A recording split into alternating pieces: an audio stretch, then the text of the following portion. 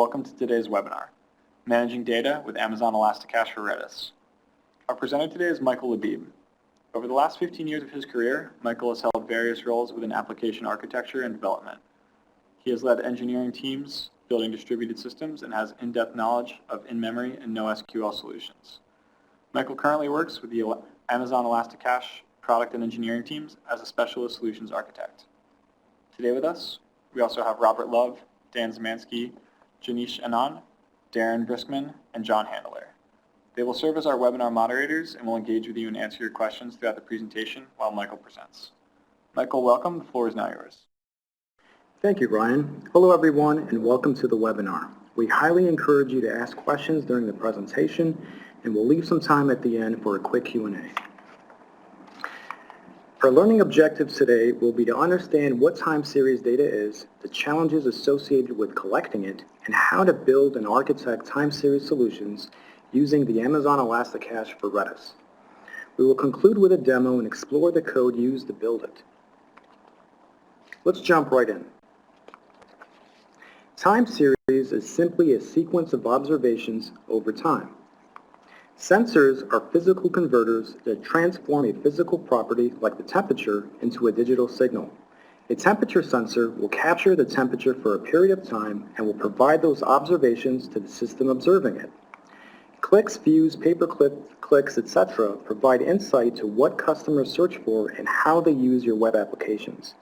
Understanding what your customers like help you provide better value to them. Capturing logs is useful for managing security and understanding application behavior. It also allows you to answer questions related to events that occur in your environments. Social media and sentiment analysis enables you to gain insight regarding what people are discussing on social networks. Analyzing and learning from that data enables you to better market your applications and products and provides you a better understanding of market trends. Essentially, the goal of capturing time series data is to learn from it and to improve upon some experience. Another goal can be to help predict the next event based on previous observations. As with any application that deals with data, a fundamental question you may have is what type of data store should you use? And when you unpack that question, it really unfolds additional questions such as, is the data transactional in nature? What data access patterns are needed? What level of consistency and durability will you need? Will you need active or historical data, or both, and so on? And while you may still have options to choose from, a fundamental question that is occasionally overlooked is which solution meets your application requirements while being cost-effective? Let's quickly review at a high level some database options. We'll start with the relational database. It is very mature and has been around for decades. They provide high levels of durability and consistency. They are great for ad hoc queries and OLAP. They depend on highly structured objects such as rows, columns, tables, and a normalized structure of the data. On the other hand, relational databases struggle with scaling large data volumes as well as the data velocity or load pressure. With NoSQL solutions, you store data in the format you access it, which is fundamentally different than a normalized schema of the relational model. And because your data is stored in a manner tailored to your applications, you'll inevitably have data duplication, and that's okay. You're essentially trading memory and storage over the complexity of relational databases. And while NoSQL solutions provide greater performance and scalability than relational databases, they don't offer the same level of consistency. There may also be a slight learning curve since they aren't based on SQL. There are various NoSQL database types. We'll focus our attention on in-memory key value stores. The first thing to call out is they are extremely fast. The obvious reason is data retrieval and processing are done in memory, which is orders of magnitude faster than disk-based databases. They also perform well with high data velocity and load. They are schemaless in the sense that you are dealing with a key and a value, and the value can almost be anything. But in the case of Redis, you're not limited to a flat string, but the value can be a number of data structures such as a set, a sorted set, a hash, bit array, list, and others. Unlike SQL, there are specific clients and syntax that you'll need to learn but are relatively easy. An interesting way of looking at data is thinking of it as a temperature gauge, ranging from hot to cold data. If you start from the left with Amazon ElastiCache, you'll find it supports extremely high request rates, typically thousands, hundreds of thousands per second, along with extremely low latency, typically sub-millisecond. As you start moving to the right, latency starts increasing along with volume size. Also, request rates tend to be lower, but payloads tend to be larger. Applications that require high request rates and low latency, such as time series data, are ideal for in-memory key value stores such as Redis. Let's take a look at a few time series data ingestion patterns using Amazon ElastiCache for Redis. For real-time streaming, data sources can originate from anywhere. Amazon Kinesis provides a streaming platform on AWS which creates an ordered stream of events and synchronously replicates the data across 3 AZs in a region. The records in a stream are accessible up to 24 hours from the time they are added to the stream, and the retention period can be extended. When integrating AWS Lambda with Kinesis, AWS Lambda pulls the stream, and when it detects new records, it invokes your Lambda function. AWS Lambda also scales your functions on your behalf automatically. In this pattern, AWS Lambda acts as a data processor, capturing and persisting the data from the stream into Amazon ElastiCache. For device data, AWS IoT Service makes it easy to securely connect your devices to the cloud. Included in the AWS IoT platform is a device gateway, which is a component that allows bidirectional, low-latency communication between your connected devices and AWS. It also contains the rules engine, which we'll configure here to use with AWS Lambda to continuously process events into Amazon ElastiCache. And of course, your applications can always communicate directly with Amazon ElastiCache using a variety of programming languages. Let's take a closer look at Amazon ElastiCache. Amazon ElastiCache is a lightning-fast, fully managed with zero administration in-memory key value store service. It allows you to run the two most popular engines, Redis and Memcached. And while it's fully compatible with open source versions, we've optimized and tuned ElastiCache from the binaries all the way down to the stack to the operating system. Redis is an in-memory data structure server. Since its introduction in 2009, it's become the most popular in-memory key value store available. This is due to it being blazing fast while supporting advanced data structures in addition to other capabilities such as pub/sub, persistence, and high availability. It's also very powerful with nearly 200 commands, but syntactically simple to use. If you manage your database yourself in the cloud, you still have undifferentiated heavy lifting such as being concerned with failover, patching, scaling, etc. When you move to a managed service on the right, we take care of all those administrative tasks on your behalf. We have divided the benefits of Amazon ElastiCache into 6 main categories. Some of these have already touched on, so I'll be brief and just mention a few. ElastiCache is cost-effective. You pay as low as a penny an hour. You also get 750 hours per month for an entire year using the micronode. The service is highly secure, both in terms of securing access to your data using VPC, security groups, IAM, and you have the detailed level monitoring of your nodes using Amazon CloudWatch. Let's take a closer look at building and architecting solutions using Amazon ElastiCache. When you're streaming time series data, typically you are most concerned with capturing the most active data and having the ability to ingest that data rapidly. Amazon ElastiCache for Redis is ideal given it supports very high throughput and is cost effective. It is also highly available and has persistence with automated failover.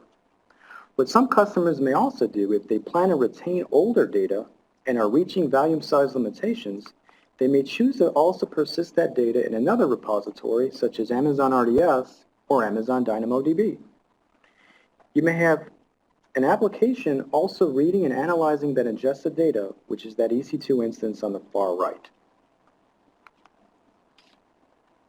Streaming analytics is a complement to batch processing in that you're extracting metrics in the order of minutes, seconds, and subseconds.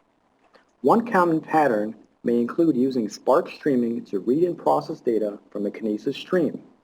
Processed data is then written out to S3 to be consumed by other services for further querying and analytics, such as with Amazon Redshift.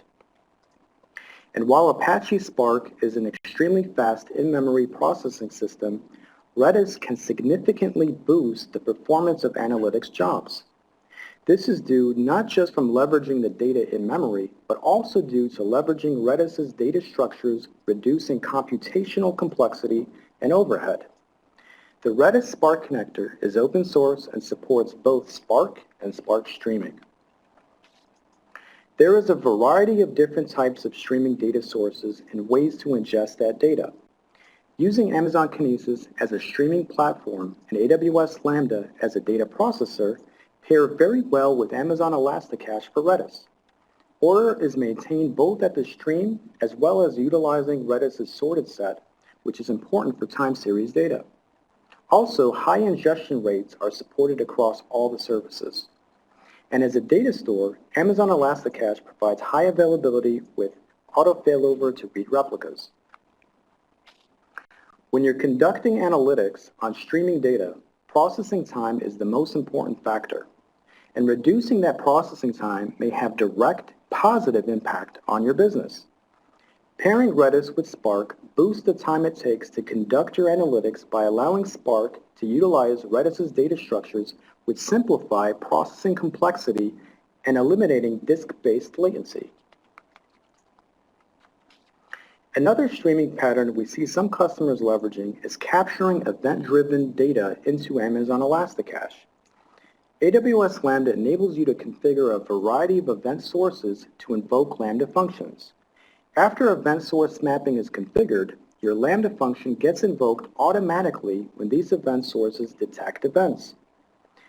And as an alternative approach to persisting data directly into ElastiCache is propagating DynamoDB changes processed by an AWS Lambda bound to a DynamoDB stream.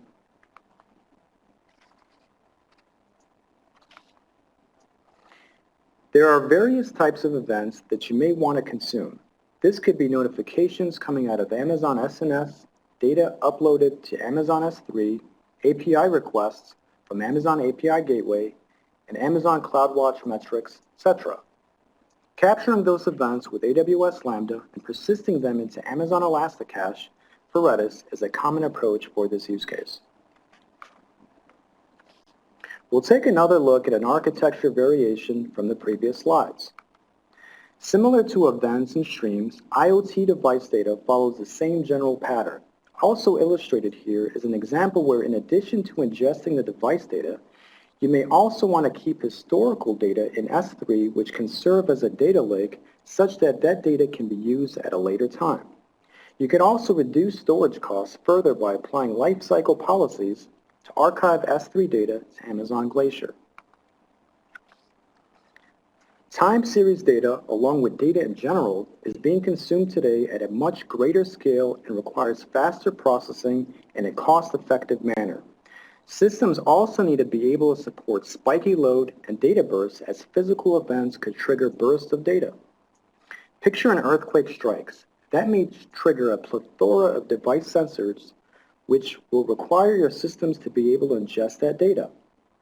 It's also important that your data is durable, properly ordered, such that you can apply analytics and processing on it afterward.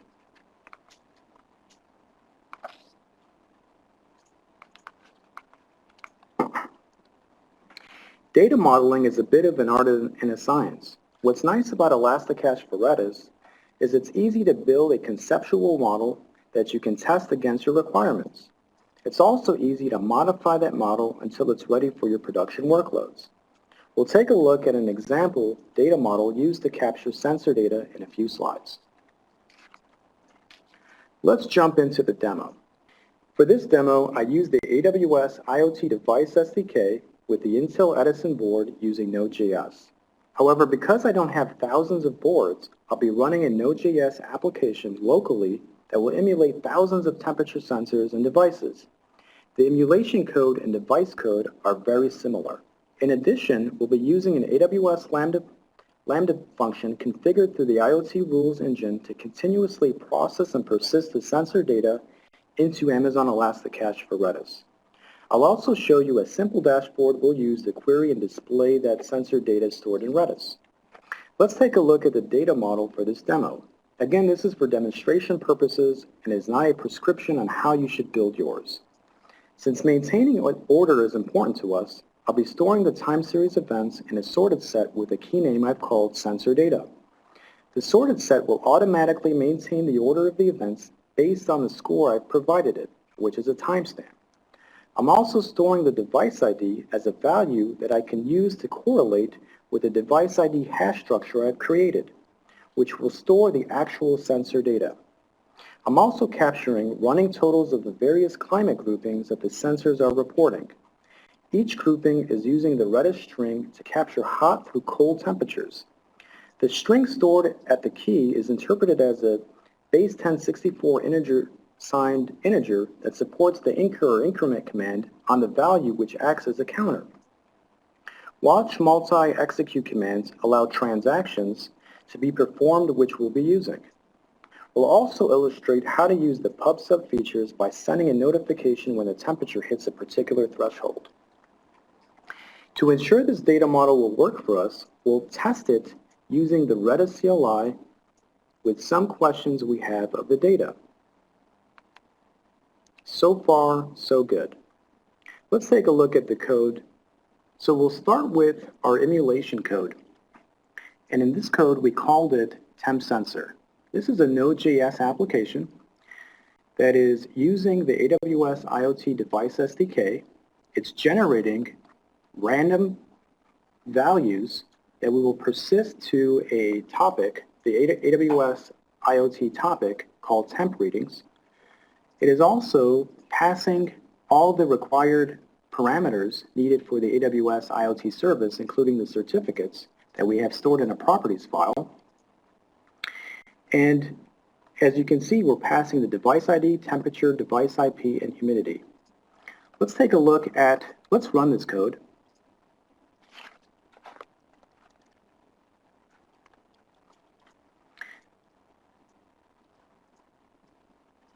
And let's take a look at the device gateway service. We'll connect using the MQTT client to the device gateway. We'll subscribe to the topic that we're publishing to, just to make sure that we're receiving the events. And as you can see, we are receiving the events in AWS IoT. So far, so good. If we go back to the resources in the AWS IoT service, we can see that we also have a rules engine rule enabled that is selecting all values from the topic and is invoking a Lambda function called persist sensor data. Let's take a look at that code. So what persist sensor data is doing is it's connecting to Redis. It's also grouping the various different temperature values and incrementing each one of those groupings so we can use it for our dashboard. We're also publishing a notification when we see a temperature greater than 85 degrees. We're storing all the sensor events along with the timestamp as a score into a sorted set called sensor data.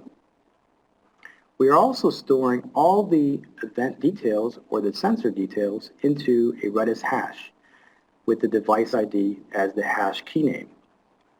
And then we're executing that command. So when we go back and we look at the actual dashboard, we can see that we are ingesting data from our application. So if I click on one of these particular events,